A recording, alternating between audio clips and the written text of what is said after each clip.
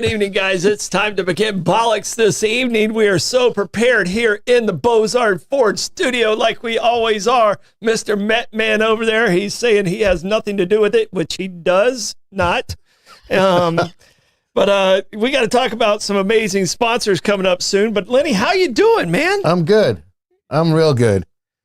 Okay, that's a way to help me stall, Lenny. I was going to get to it. You know, took a nice walk, went down to the farmer's market at the pier this morning, ran into a friend we hadn't seen in quite some time. All good. Got a little bit of exercise. So yeah. Yeah. So thank you. Yeah, there you go. We got at least one read ready. Okay. So shall I start? Yeah, we got to start with Bozard first. Okay. But here we're in the Bozard studio. I'm going to give you that one too. Okay. So there's one more in here somewhere that I'll find. So, but Blake, how you doing back there, man? You had a long day? Yeah, I did have a long day. And kind of wish I used our air mattress in Studio B a bit more. Came in, you were sleeping. You were unconscious? A little bit. It's a comfortable Studio B in there. It is. So Studio B actually stands for bedroom. That's originally what Pete called his Studio B because he was using it using the bedroom. So, but Studio B also stands for Bozard Ford Lincoln. Bozard Ford Lincoln in St. Augustine. Their goal is to make sure your time and experience buying a car is stress-free, fun, and enjoyable. Bozard is a family-owned business dealership that has been in business since 1949. Bozard Ford Lincoln has been the recipient of numerous dealer awards, including being ranked #1 automotive dealership in the nation by Dealer Rater. Bozard Ford also has won back-to-back President's Awards, which is the highest honor given by Ford Motor Company. Check them out today online at bozardford.com. Make sure you get over there and get a Ford Garage burger also. Try the Jiffy Burger. There you go. Powell Heating and Air Conditioning's dedication to customer service has been evident in everything they do. From the moment they answer your call until the time they leave your home, they're working to make you comfortable, confident about the care and service you receive from Powell. With their fleet of 10-plus trucks and 15,000 square foot warehouse stocked with parts and equipment, they are ready to serve you around the clock. They service all heating and air conditioning brands. Emergency service, always open 7 days a week, 24 hours a day, including nights and weekends. Well, if it's 24 hours a day, that makes perfect sense. So it's a very sensible business. They're locally owned for over 39 years. And if you need them, call them at 904-794-COOL. That's 904-794-2665. All right. We're talking about the Saint Restaurant, the Italian dining at its very finest. Experience the art of Italian dining at Saint. Nestled in the heart of historic St. Augustine, from handmade pastas to rich risottos and indulgent tiramisus, every dish blends authentic Italian flavor with modern elegance. Sip a craft cocktail, savor seasonal ingredients, and enjoy breathtaking views. Oh, they're so nice. From our second floor balcony or rooftop patio, where you can take in the bayfront and even spot the lighthouse on a clear day. At Saint, every meal is a celebration. Join us and elevate your dining experience. Established in 2006, Solar Stick is a local portable power company proudly committed to American manufacturing, constant innovation, and creating jobs right here in St. Augustine, Florida. Solar Stick's focus on providing solutions for self-sufficiency helps users all over the world complete missions and save lives. Solar Stick, changing lives, saving lives, and reviving American manufacturing. All right, we got to give our other shout-outs to our other sponsors that aren't the featured sponsors today, but they're definitely featured in our heart. Absolutely. And we're talking about Meehan's Irish Pub, A.D. Davis Construction, Land Title of America, Kaiser's, which we're going there on Friday. Friday for lunch, you bet. A to Z Roofing, Anastasia and Moultrie Creek Diner, Mr. Electric, Brightway Insurance, St. Augustine Pirate and Treasure Museum, Anastasia Construction Group. We already talked about Solar Stick, and Abear, Kresge and Associates. Yep. So, all right. All good. So, all right. So we got some fun stuff here. Where first half of this is we're going to do our back and forth banter. We got a lot of stuff to talk about. Some things we're reviving from previous conversations. Yeah. The oil topic. Sure. And I got some president stuff here. Mm-hmm. Should we talk a little bit about what's going on in Iran and Israel? I don't know if there's anything changed since yesterday in all candor. Yeah. I mean, NATO's ponying up a lot more money, except for apparently Spain is getting yelled at by Donald Trump. But the rest of them said they'll go up to 5%. Are they the short arm person at the dinner table? Could be, the alligator arms. Yeah. But I can't reach my wallet. Exactly. I don't know how to say that in Spanish, but there's a very funny commercial with Steve Martin and Martin Short, where Martin Short just picks on Steve Martin for being a cheapskate. It's really pretty funny. Mm-hmm. He said, "Yeah, my wallet's all the way my back pocket back there. I can't reach." There's 3 or 4 of them, and they're very, very clever. Yep. So yeah, that's funny. But no. Apparently in the 2035, these guys will be up. And by these guys, I mean the NATO member countries. We up to 5% of GDP sent on NATO, which is good because they can buy everything from the United States, which isn't going to hurt our manufacturing processes either. Sound off. Gosh, Troy. You're new here. It's okay. Yeah, You'll get used to it after a little while. I was jawing back and forth with the guys from my baseball team in high school. So there was, you got to defend yourself against those guys because there's no, if you've been friends with someone for over 50 years, you're going to get, they know every possible thing there is to know about you and every jab to possibly take at you. No doubt about it. Right now, I'm not the one on the hot seat. It's the 9th best shortstop in Stetson history. The 9th best shortstop in Stetson history. Okay. Yeah. So, all right. And he's getting bussed on by the 18th best catcher in Valencia Community College history. So, speaking of catchers, that kid Raleigh in Seattle, Johnny Bench is a big fan of his. Oh yeah. No, he's already broken one of Johnny Bench's pre-All-Star break records. He's a player. Yes. That kid's a player. He's a perennial all-star, and if he was on the Yankees, the Mets, or the Dodgers, everyone would know his name. Yeah. And right now, because he plays for the Mariners, if he walked in most restaurants, no one recognizes him. I don't think so. Yeah.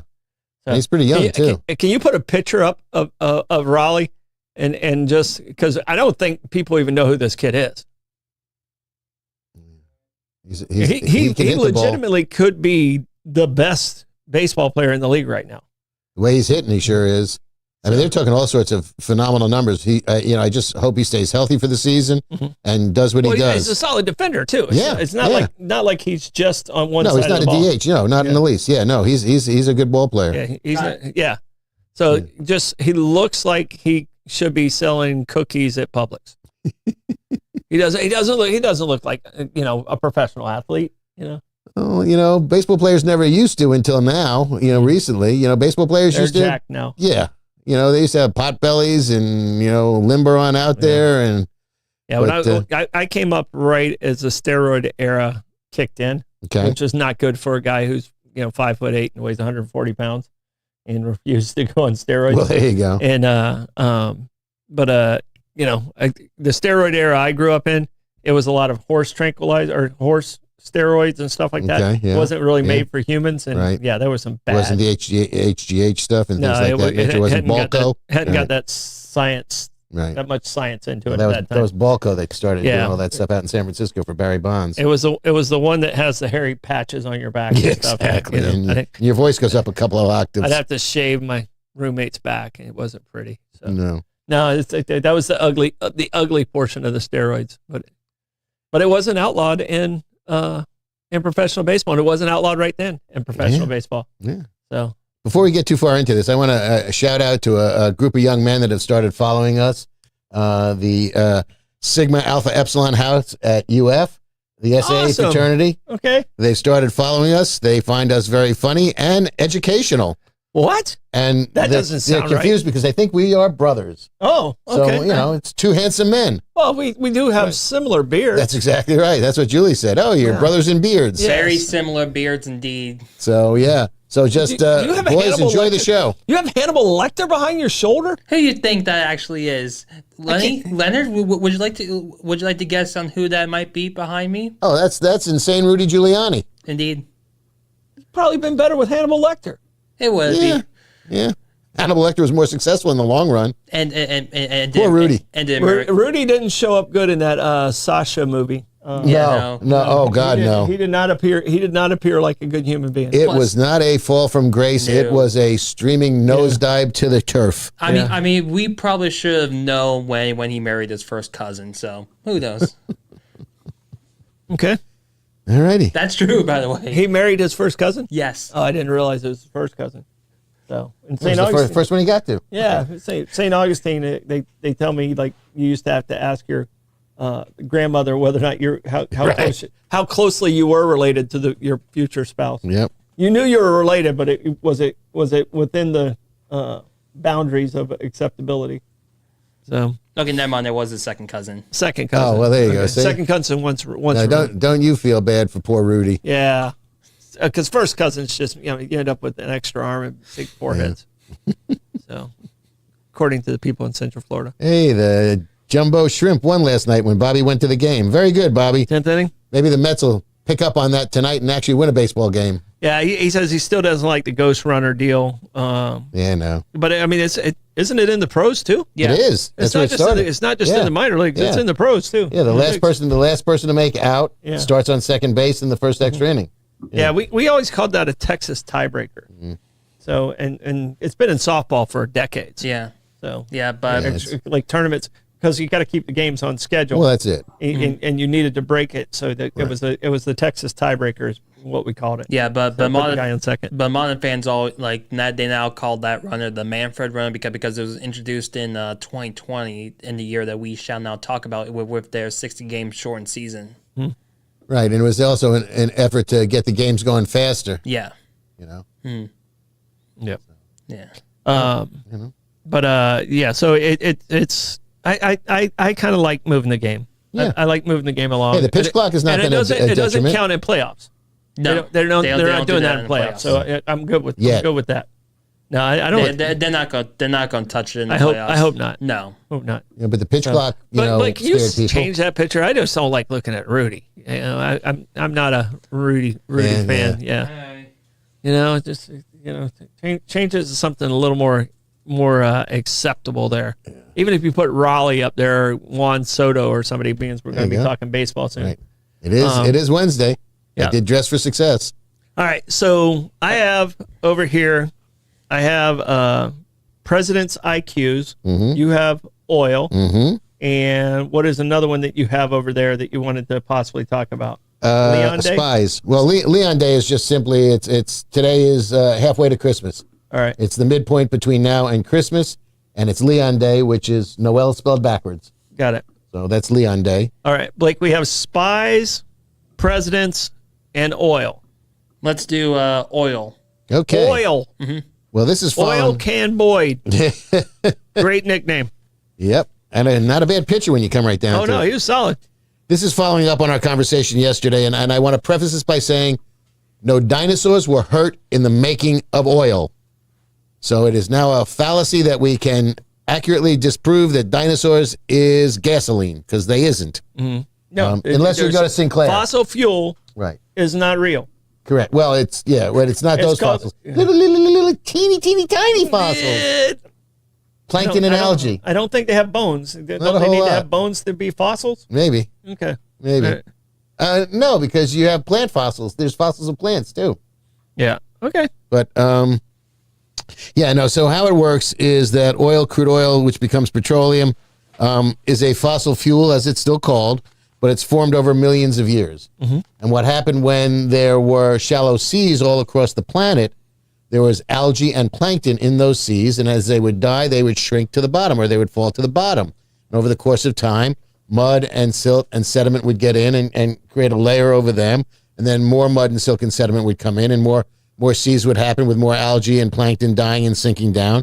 And it accumulated on the seafloor, and then it got buried under layers and layers of sediment, and the heat and intense pressure of the planet itself and the mantle would press down on that. Big ball of magma we That's sit on exactly that I right. talk about that Yep. could be our global warming and not us. From the Earth's crust, really. Saying? It's a little sweaty. It's a little sweaty in the center of the Earth, I would think. I think You so. know, and it transformed the organic matter into hydrocarbons, which are the building blocks of oil and gas.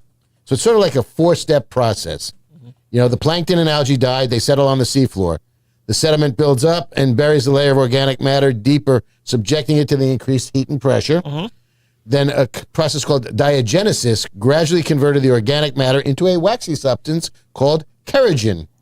More heat and pressure transformed the kerogen into liquid and gaseous hydrocarbons by a process called catagenesis. Okay. All right? Nothing like a good catagenesis to Not wake at up all. a party. The newly formed oil and gas, now that was by the process of catagenesis, would migrate through the porous rock. It would percolate down through the sandstone until it hit something that was impervious, like shale or salt domes, and that would trap the oil and gas underground into oil and gas reservoirs, which we would then go and eventually find, poke a hole in it, get a straw, suck it out, and turn it into gasoline. Yeah. And that's how it works. So that's how crude oil That's it.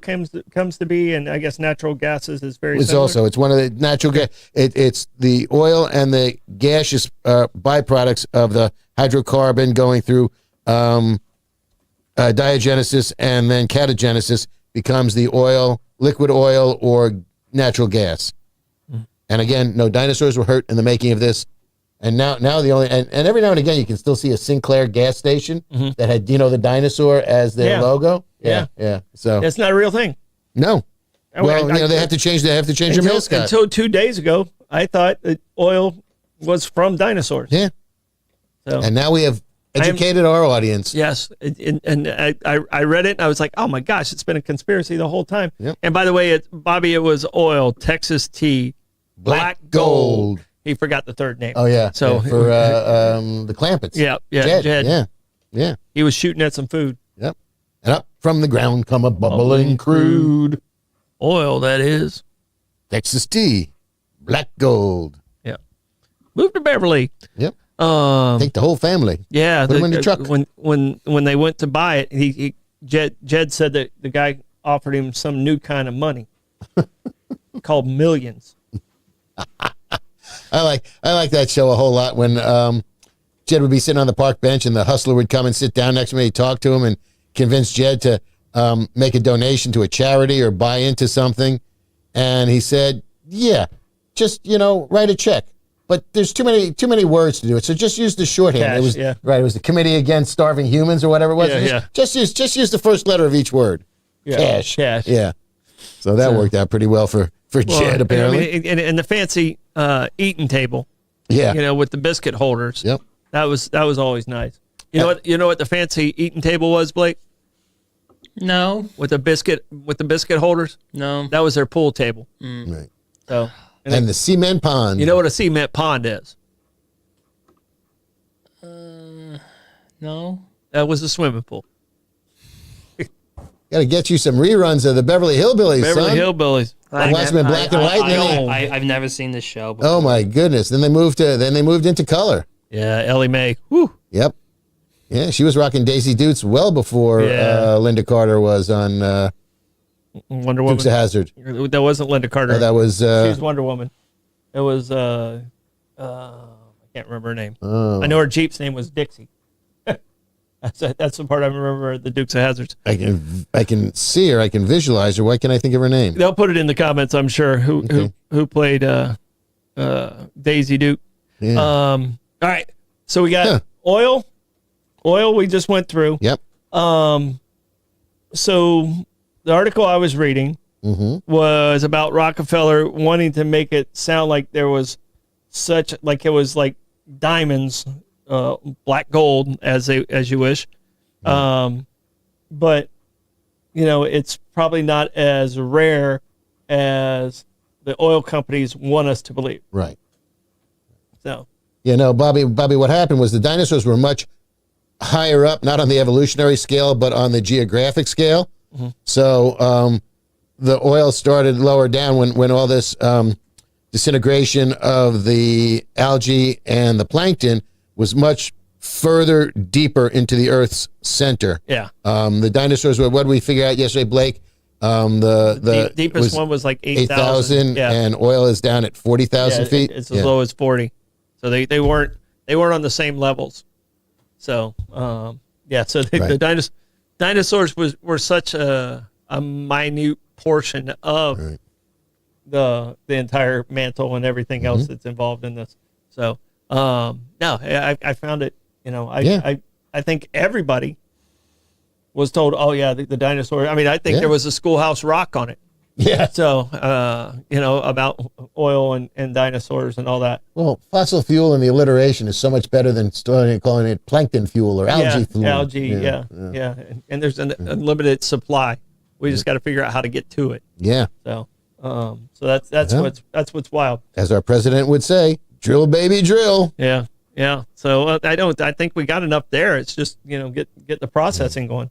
I was reading something about that DeSantis is considering allowing drilling in the Apalachicola River. What the hell's that all about? That made no sense to me. I don't understand. It was why in we yesterday's need to paper do that. yesterday. Yeah, I don't know. He's vacillating on vetoing it or not, but why would you want to drill in the Apalachicola River? Yeah. Maybe it's just to screw Georgia, because don't they suck a lot of the water out of that? Was that where Georgia's taking? And there was a big brawl and court fights over where you can take the water from, which is crushing the oyster industry that was over there too. So no, so that's an interesting oil fact. Yeah. That, like I said, I stumbled across it, brought it up. Thank you for doing the Yeah, extra it was research on quick it. research. Yeah, it was good. It was fascinating. You know? And now I can say, I can't even say catagenesis and diagenesis. Yeah. Yeah. So, but did any of the articles go back to Rockefeller and No. I was just looking in the where the oil came from, not who exploited it for profit. The false information that we got. Donna Douglas, thank you, Bobby. Thank you. Yeah. So. No. That was Ellie Mae. We're looking for Daisy Duke. Yeah, who played Daisy Duke? All right. So. Catherine Bach. Hot damn.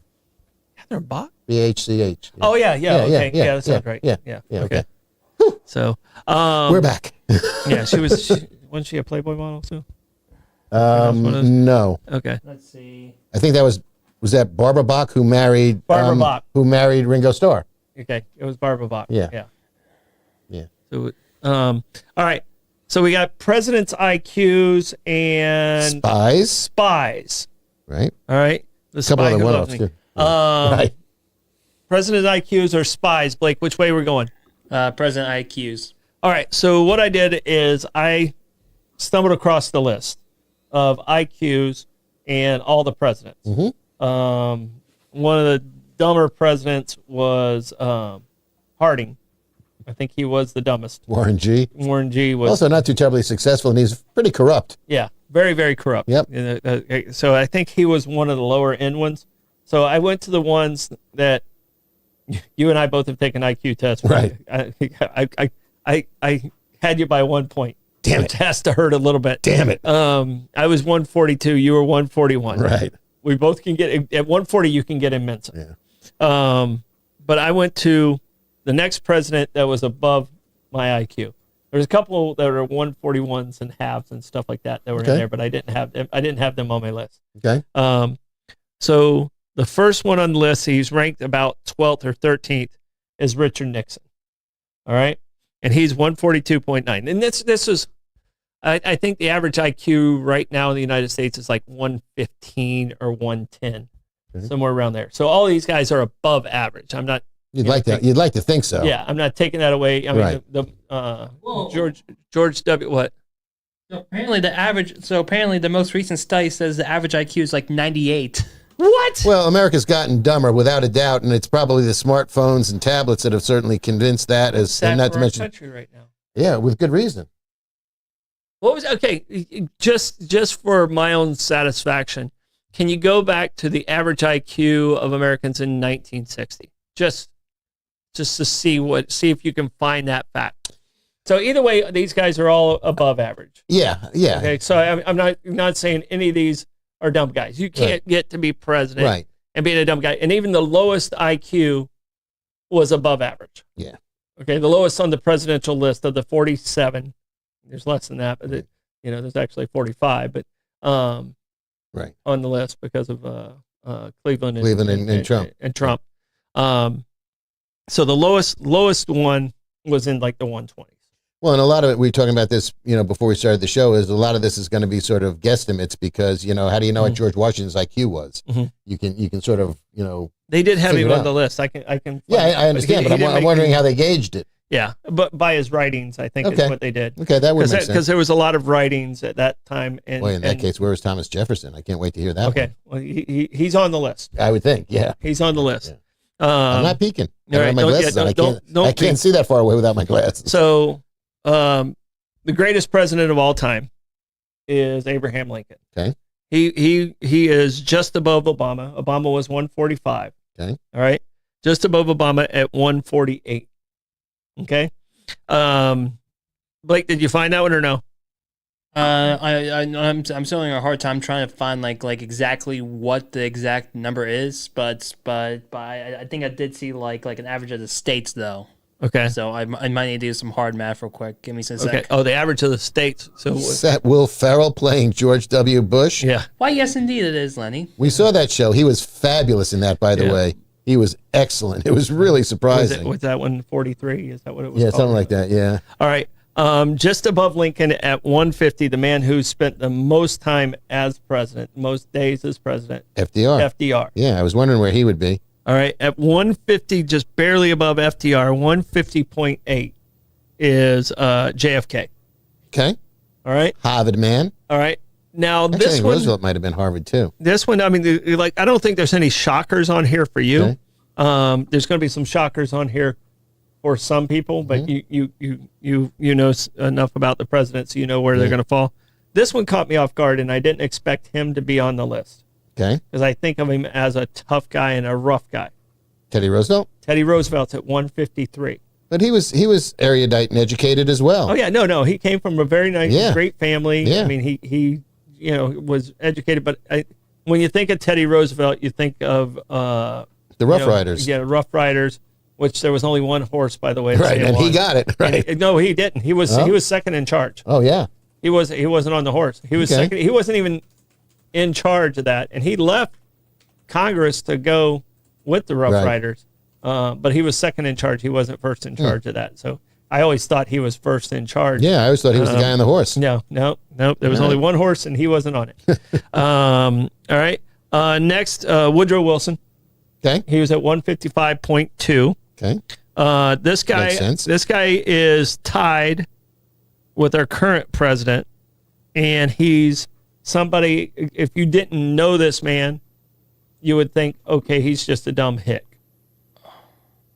If you're talking about That's Jimmy Carter. Oh no, he was a nuclear scientist. Yeah, but the way Right, well, he the was press soft spoke, right? Soft the way the spoken, press right. perceived him Right. is he's just a dumb Georgia boy.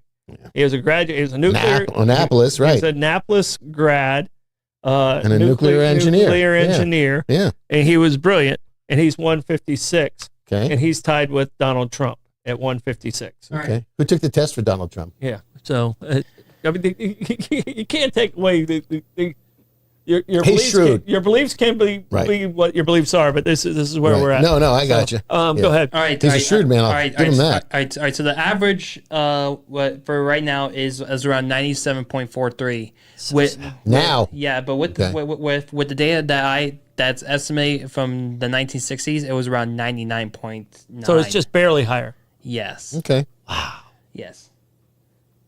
I think part of the problem today is information overload. Honestly, there's just so much information flooding people between television and smartphones and newspapers and advertising and everything that's available. How do you parse it all? You got to sit in a dark room from time to time. Yeah. So on this chart right here for when they compared like the 1960 state IQs to the 2024 state IQs, do you want to guess like the top three worst states were? In 60, And did it hold all the way through? I believe like only. I'm going to say Mississippi's the worst. So let's see. So Mississippi, that was around. It was Mississippi. That is around Dang, what is that? 94.2 is there. So it's well below national average. Yes. Okay. Yes, but however, but once you guess like what's like the worst state that had like the lowest like percentage, like the lowest IQ drop from the 60s to 2024. Oh, the drop. Yes. Yeah. So Mississippi was already low and it stayed low. Louisiana. But it's not in the top 3 though. Yeah. Okay. Bottom 3. As far as drop goes, Yes. I'm going to go something that probably was high and has lowered. So I'm going to go like New York. New York, Just because of the difference. I mean, I could see it starting higher and having a Changing the population. and the external environment's affecting it. Yeah, so New York was Because Mississippi, Right. you can't Nothing fix, changes. You Right. can't fix stupid. Yeah. There's a comedian who says that. Yeah. So New York is 42. They had 100. They had 102 IQ and 96 in the 60s to 100.7 So they actually went up. They actually they went down by 2. Oh, they went down by 2. They went down Okay. by 2. Oh, okay. Nearly by 2. Okay. Lenny, do you have a guess? Yeah, I said Louisiana. Louisiana actually. Let's see. I'm trying to pull it up. Louisiana actually went up by 3 points. They were originally 91.9 to 95.3. Wow. So give us. I mean, this is going to take too long to try and get there. Give us the top 3 losers in IQ points. Yeah. So the worst 3 that lost the most IQ points was Hawaii. They lost 3.3 points. California 4.6 points, and then Nevada lost 7.3 points from the 60s to the 2024. They originally were 103.8, and now they're 96.5. Wow. And I have a hypothesis on why, not necessarily Hawaii, but for California and Nevada. I would say it's the influx of Latin-speaking people coming in there that were not necessarily adept in English languages yet. Yeah, that would be a challenge. Yeah. Although though the biggest jumper though, the state with the highest jump was Arkansas. It was originally 89.1 in 1960s. 89 point. And they jumped up to 97.5 in 2024. There wasn't a lot of teeth in 1960s in Arkansas. No, but where's Bubba on that list? Bubba. Bill Clinton. Bubba is next. Okay. He's after Trump. He ranks number 4. Trump and Carter are ranked tied for 5th. Okay. Clinton is at 159. He was a Rhodes Scholar. He's a bright man. A Rhodes Scholar. Yep. And just a smart guy. Oh yeah. I don't know about his choice in women throughout his life. But Rhodes Scholar ranked number 4. Okay. Next on the list is the shortest president we've ever had. Why do I want to think that was Madison or Monroe? I keep conflating the two of them. His wife makes a lot of good snack cakes. So it was Madison. Yeah. Okay. Yeah. So Madison came in at a 160. Was he taller than Ponce de Leon or not? No, Ponce de Leon was actually taller than him. Ponce de Leon, when they exhumed his body, was 5'7". He is taller. He is taller than the statue downtown. You know why he was 5'7"? He kept growing after he died, like his fingernails in his hair. Yeah, he just the rest of him kept going. Yeah. So, but Madison, it was at 160, and a lot of it had to do with his writings and stuff like that. Yeah, sure. Next on the list, number 2 is TJ Thomas Jefferson. Okay. So TJ's number 2 at 168. Okay. Amazing writer. I can respect that. Sure. Brilliant guy. And big on education. Had started the Library of Congress with all his own books. Mm-hmm. I believe he donated his library to the Library of Congress. Yeah. Yeah, I think you're correct there. Kind of got it going. Yeah. His library is what kind of got it started and was the turning point of that. Julie and I have library cards from the Library of Congress. Okay. Yeah, we went there. Did you get it directly from TJ? No, no, we got it from the person who was there giving out library cards. We took it, we went in, we wandered into the Library of Congress, walked around, and we're walking down hallways in the back of this building. There's we're just wandering around the Library of Congress. Mm-hmm. So we finally got into the library part of it, and I asked them, "You guys have library cards?" They said, "Sure, come on over here." And bang, we got them right on the way. Yeah, I like that. I think that's pretty cool. Yeah, that is pretty cool. We might have to go. Only good for 2 years. We might have to go get them renewed. Yeah. All right. Yeah, now, but Lenny, though, what's the late fee policy though? You can't take a book out. Oh, dang. You can't take a book out. Tier. Yeah. But you can take something into the reading room. Yeah. Nice. Okay. All right. At the very top of the list, and he's not like up by like 0.1 or 0.2. Yeah. He's 7 points above Thomas Jefferson. Thomas Jefferson. Okay. All right. And he probably had the most controversial elections Right. of all time. Yeah. He was appointed by the House of Representatives. It was the very first time there was a popular vote in the U.S., and he didn't get the popular vote. Andrew Jackson got the popular vote. Right. And because he was a member of the House of Representatives, he had a lot of favor there. Yep. The person who finished third, who didn't get in, was offered a position in his cabinet. All of a sudden, there was a lot of inside trading. Yep. And this guy just outsmarted his other guy and became the sixth president. And that's John Quincy Adams. Yeah. He was a Nepo baby. Yeah. Yeah. Yeah. Yeah. So, But also, he was a trial lawyer. He did the Amistad case. Yeah, and he did that after being president, Yeah. and he was still in the House of Right. He Representatives. went back into Congress after the presidency. He's the only Yep. president to do that. Yep. To go back into the House of Representatives.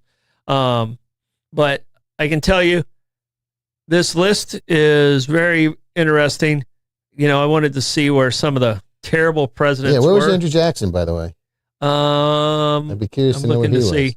I mean, but like most of them were in the 130s. Okay.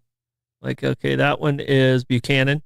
And where was Andrew Johnson too? The guy that he was up there too. Okay. He was pretty Okay. close. He was at the 140 mark. Okay. So because I started at 142. Okay. So Johnson was not as of adult as much as Andrew Johnson was 138. Okay. LBJ was 140. Okay. So Andrew Johnson was 138.9. Okay.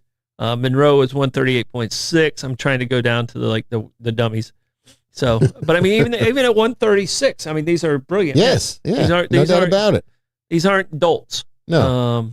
And you had to have other than just straight intellect. You also had to have a shrewdness and an aptitude to be able to do deal making and forecast trends and what's going to happen. George Washington was at 132.5. Okay, so that was an important one that we needed to show. Mm-hmm. Talked about Ike. Ike took over today. Okay. This day in history, 1942, in the European theater. He came in at 131.9. It was his West Point education. Mm-hmm. Yep. What about U.S. Grant? Speaking of a West Point education, he was in the mid 130s. I passed him already. I'm trying to get down into the 120s and find out. George H.W. was at 130.1. Okay. Grant was at 130. Okay. Let's see here. Ronald Reagan was at 130. Okay. Ford was at 127. 43. Bush 43 was at 124, and then they don't go back below that. Okay, so Andrew Jackson was below that. Yeah. Okay. So they don't go back below All right. that. So they Interesting still. So they gave a list of like the top 25 or something okay. like that. So That's fun. Andrew Jackson, Blake, if you can find out IQ of Andrew Jackson in your little research, and we're gonna go on to we need to do Wager Wire. Yeah, well, we got Wager Wire, but you have one other one, the Spies. Yeah, We can if you want to do but Wager have Wire. it in the title. We got to do it. Oh, fine, then let's do it then. This was big. Andrew Jackson 145. What? 145? Yeah. Oh, okay. I must have missed Look at him. him sneaking up in there. I must have missed him. Okay, well, Or is different on every list, probably. I'm sure. No. I'm sure. Like I said, and how did they know? You Yeah, know? exactly. Well, this story about the Spies goes back to World War II. And it was interesting because there were simultaneous events that happened on Long Island and in Ponte Vedra. Mhm. So it was out on the east end of Long Island, out by the Hamptons, and actually Fire Island and Jones Beach, and Ponte Vedra. A couple of German U-boats let 2 sets of 4 German spies and saboteurs out to the beaches. 4 came down here, and 4 were up on Long Island. This was in June of 1942. And there are these 4 guys, and they all came ashore. They got onto the beach. They swished out of their military uniforms and buried their uniforms and their explosives on the beach to come back for them later. All 8 men had spent time in the United States before. Mhm. 2 of them were American citizens, actually. Okay. They had gone to Germany, got a quick 3, 4, 5 week course in sabotage, explosives, subterfuge, things of that nature. And the guy on Long Island was seen by an unarmed Coast Guard patrol person. Mm-hmm. He was out there by himself. And, he saw one of these guys burying the stuff on the beach, and he went and he told his superiors and everybody else. And by the time the Coast Guard got back there with an armed party, these guys were already on a train and already in Manhattan and had checked into a hotel. Mm-hmm.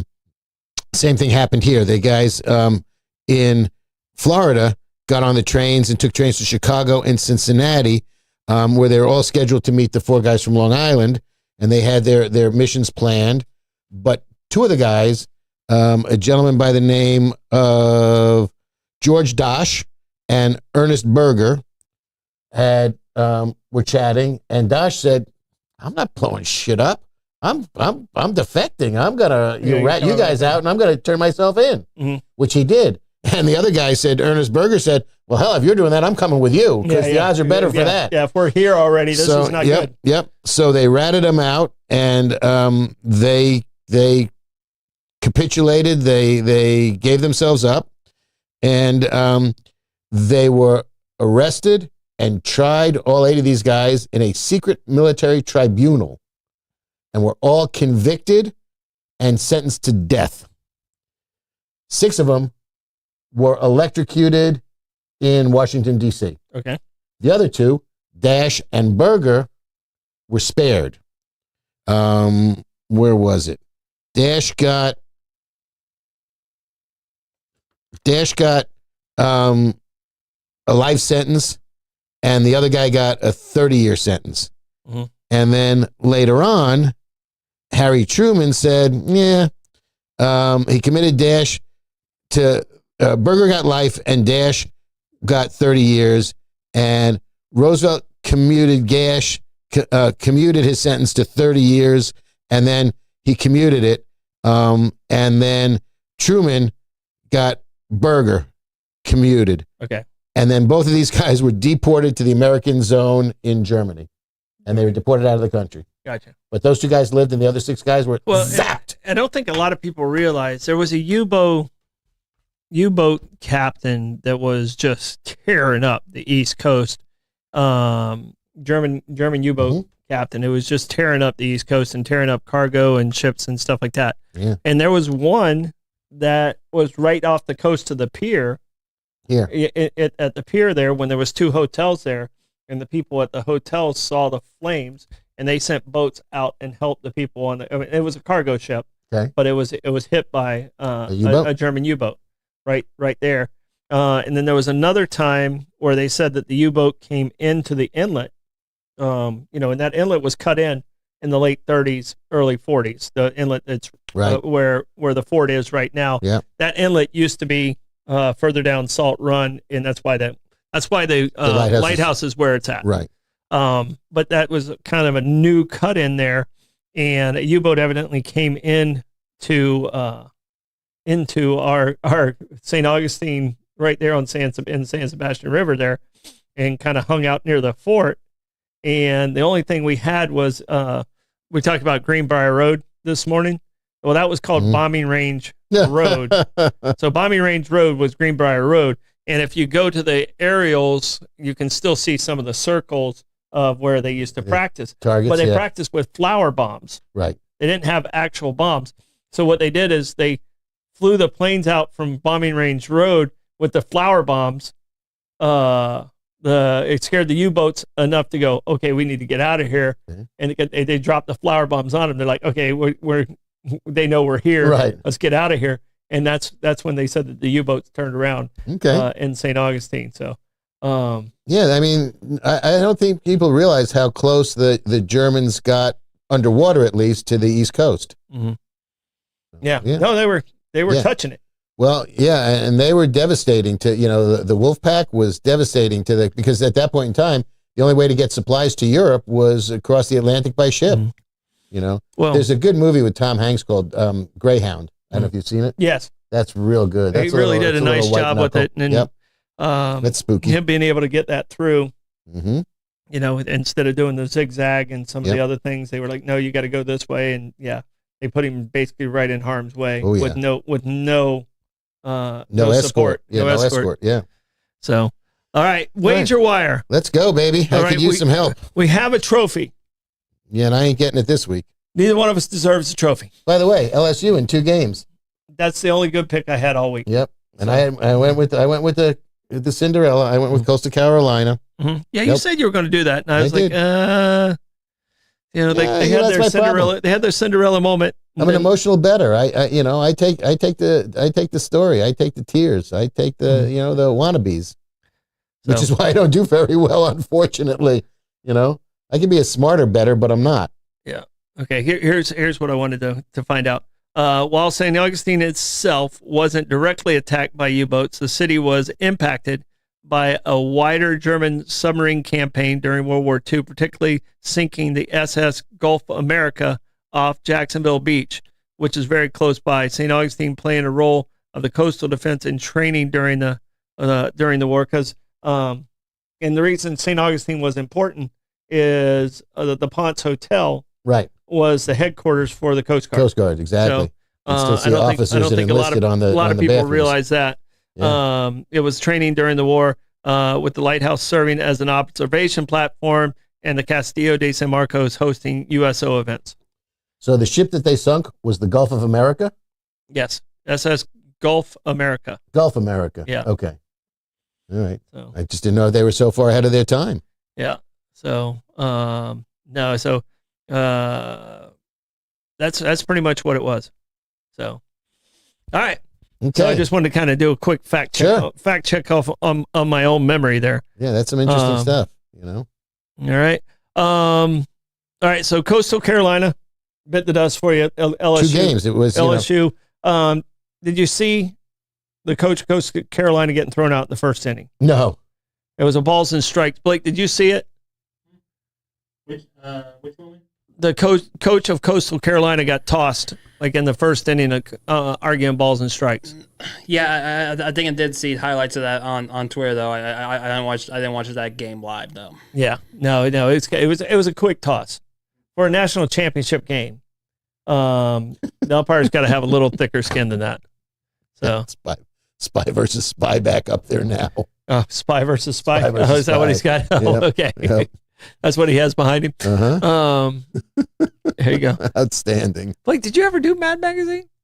Yeah, I think I did. I know. We dressed as Spy versus Spy one year. We did. Clever. Did. Yeah. Okay. I think it might have been more because of the Cartoon Network series than actually reading the comics, though. Because remember they were on Cartoon Network. I unfortunately did not grow up in the time of Mad TV. Mad Magazine, not Mad TV. I know. I think you made me be the bad guy spy. The black spy? Yeah, the bad guy spy, and he was the white spy, the good guy spy.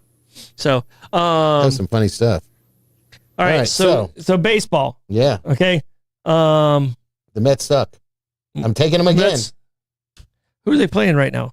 The Braves. The Braves are warming up. Yeah, but they're still 10.5 games back. Yeah, the maybe 10 Braves back, are warming up. That yeah. division has a lot of going back and forth. There's some solid teams. The way I look at it is, every team hits a streak where they just can't get out of their own way. And, there's one per team per season at least. Hopefully it's only one per team. So I'm hoping the Mets came early and they'll right the ship and they'll keep going from here on out. They need a couple of healthy pitchers, which would be very delightful. Because pretty soon they're going to call me to pitch, and I'm going to have to throw underhand to get to the plate. All right. But here's what we're going to do, because we suck individually so far in the last 2 weeks. Oh, man. All right. I'm going to play a $5 parlay. Okay. All right. Each one of us are going to get 2 picks. Okay. All right. So it's going to be 6, and we're going to play on the field. We're not going to give up any points or runs. Because it's going to be like 1.5 here, 1.5 there. Okay. So it's not going to be a great payout. Okay. But it might get us in the green. Okay. Okay. And I'm going to let you go first. I'm going to give you the game. You tell me what you want to do with it. And Blake, you get prepared. I am going to give you the Mets Atlanta game. So you're going with? I'm going to take the Mets. Like I said, I'm an emotional bettor. All right. We got that one. So, all right, Blake. I'm gonna give you. Oh man, I think I got to take that one. I'm. Reds are giving up 2.5 runs against the Yankees, and they beat the Yankees the last 2 games. But late yesterday, it wasn't an extra. Who's pitching tonight? But the reason is because the Yankees had Max Fried on the mound. Max Fried against Brady Singer. Yes. Yeah, but I mean, they lose 2-0. Mm-hmm. You still win the bet. Yeah. So that's going to be a different bet later on. All right, Blake. Let's go with. I'm going to stay away from that game. Let's do a Detroit and the Athletics, just on the field. I think I have to go with the Tigers there. I think that's probably the way to go. I think, let's see, who's pitching tonight? It's Jack Flaherty's okay as a start. So you're going with the Tigers. Yes. Don't overthink it. We're doing this like not thinking about it. That's it. We overthink these things, and that's how we lose. All right. Toronto. You've just identified my problem. Toronto, Cleveland. I am going with. I'm going with Cleveland. Okay. Okay. All right. Let's see who we got here. We have Texas and the Orioles. And I'm taking Texas because DeGrom is on the mound in Baltimore. That is 100% true. All right. Blake, I'm back to you. We're doing Kansas City. And they're playing Tampa Bay. Tampa Bay is on the road, but they're favored by 1.5. Wait a minute. What? Tampa Bay is favored over Kansas City. I accidentally looked at tomorrow's game, not today's game. Yeah. I'm gonna go with. Dang it, the Rays. Okay. I really want to go. This is supposed to go quick, Blake. All right. This is supposed to move, and then it's going to be a quick bet. All right, fine. Royals. No, it's too late. You said Rays. You can't switch. We lose that game. It's his fault. That's entirely his fault. He overthought it. Holy cow. I know it's hard to tell an Asperger's guy not to overthink. Yeah, all right. Fair point. Which game do you guys want me to pick? There's still a couple to choose from. The easiest pick is the Dodgers over the Rockies. Yeah. Okay, that's the easiest pick. Phillies Houston game is a tough pick. Chicago St. Louis is a fairly tough pick. And St. Louis. Seattle Minnesota is a fairly tough pick. Should we go for the low hanging fruit? Take the Dodgers? Yep. Yeah, why not? Blake, what are you thinking? Low hanging fruit? It's number 6 on the list. Low hanging fruit. Let's go for that. All right, we're doing low hanging fruit. Let's see where we're at. All right, 97.43. So if I do, I'm going to do a $10 bet. Okay, if I do a $10 bet, it's $191. Okay. All right. So that's our bet. You got our bet? Yes. Okay. What is your bet of the night with the baseball? I did a 6-leg parlay featuring all my Mets, whom I love and just haven't shown me any love back in the last week or so. Mm-hmm. I have Lindor getting a hit, Alonso getting a hit, Clay Holmes getting 5 strikeouts, Alonso with 1 RBI, Alonso with 2 bases, because if he homers or hits, he's big on doubles too. Mm-hmm. And then I threw Matt Olson in for a base. Okay. So I did for that just a base. For a base, yeah. Okay. And I've got that. My $5 will get me $76 if I win that, and that's a big stretch, but we'll see. I mean, I went for the easy stuff. I didn't, get Juan Soto hitting 2 home runs or anything like that. So, yeah. All right, I'm gonna have to re-put it in here. I did something wrong. So we went the Dodgers. Blake, you got Tampa Bay, and then you tried to switch it. You got the Mets, Detroit, Cleveland was mine, and you took Texas. All right. And we're going to do that one for $10. And it came out to about $190. Cool. Okay. So that's our bet. I like DeGrom tonight. Yeah. In that game. Yeah. His strikeouts. Let's see where he's at. He's at 6.5. I think he's good for a 10 spot tonight. Okay. What do you think, Blake? Yes. You like the over at 6.5 on DeGrom? Strikeouts? I definitely do see DeGrom getting 6. Yeah. So I'm gonna do a little one there, 25. So that's gonna be my bets. The 6 that we did, and DeGrom tonight. I think DeGrom's the best play of the night as far as pitchers go. Yeah. And you're not getting a whole lot of points with the Dodgers there, and the Dodgers should. No, but I went back to my. I think the Dodgers could play with 6 people and beat the. Yeah, I went back to my take hitters in Colorado situation. Mm-hmm. So I took a Tony to hit a home run. I took Andy Paez to get 2 hits. And I'm thinking about Goodman on Rockies to hit a homer. Mm-hmm. So we'll see. Mm-hmm. I'll tell you the kid I like, and I've been playing him quite a bit, is the kid from Pittsburgh. Skeens? No. The hitter. Oh. O'Neill. Okay. O'Neill Cruz. He's the center fielder? Yeah, but I didn't like last week. A ball got by him, and he didn't go after the ball. Really? He just looked at the right fielder to get it for him. And that's that's not good. That's something that just if you're on my team, me and him aren't getting along in the dugout when he gets there.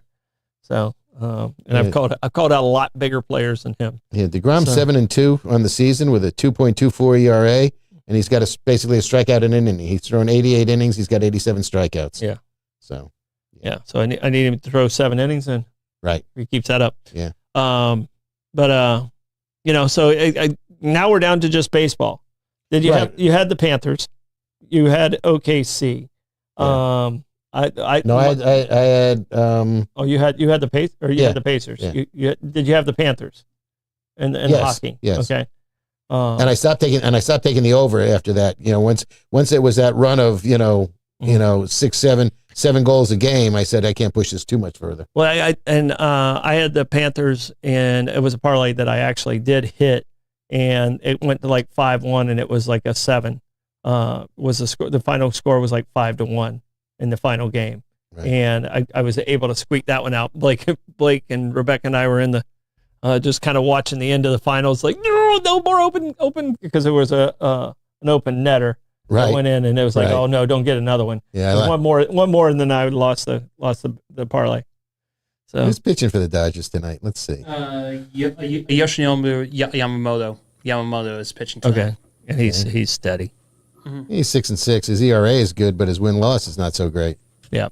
Well, guys, it is Wednesday night, so stick around for land title tonight. Coming up. Because they give a crap, ladies and gentlemen. They give a crap, and they give you a lot of great advice on title work and land legal stuff. Bollocks, if you didn't get a chance to catch our interview this morning on the Stoidum, you need to go back and watch that. Fire Rescue, St. John's Fire Rescue was here. The chief was here. A lot of great information given out in that interview. And this upcoming Friday, I'll have in with me the Green Trolleys. So excited to have Dave Chatterton in with us. But this is Bollocks this evening.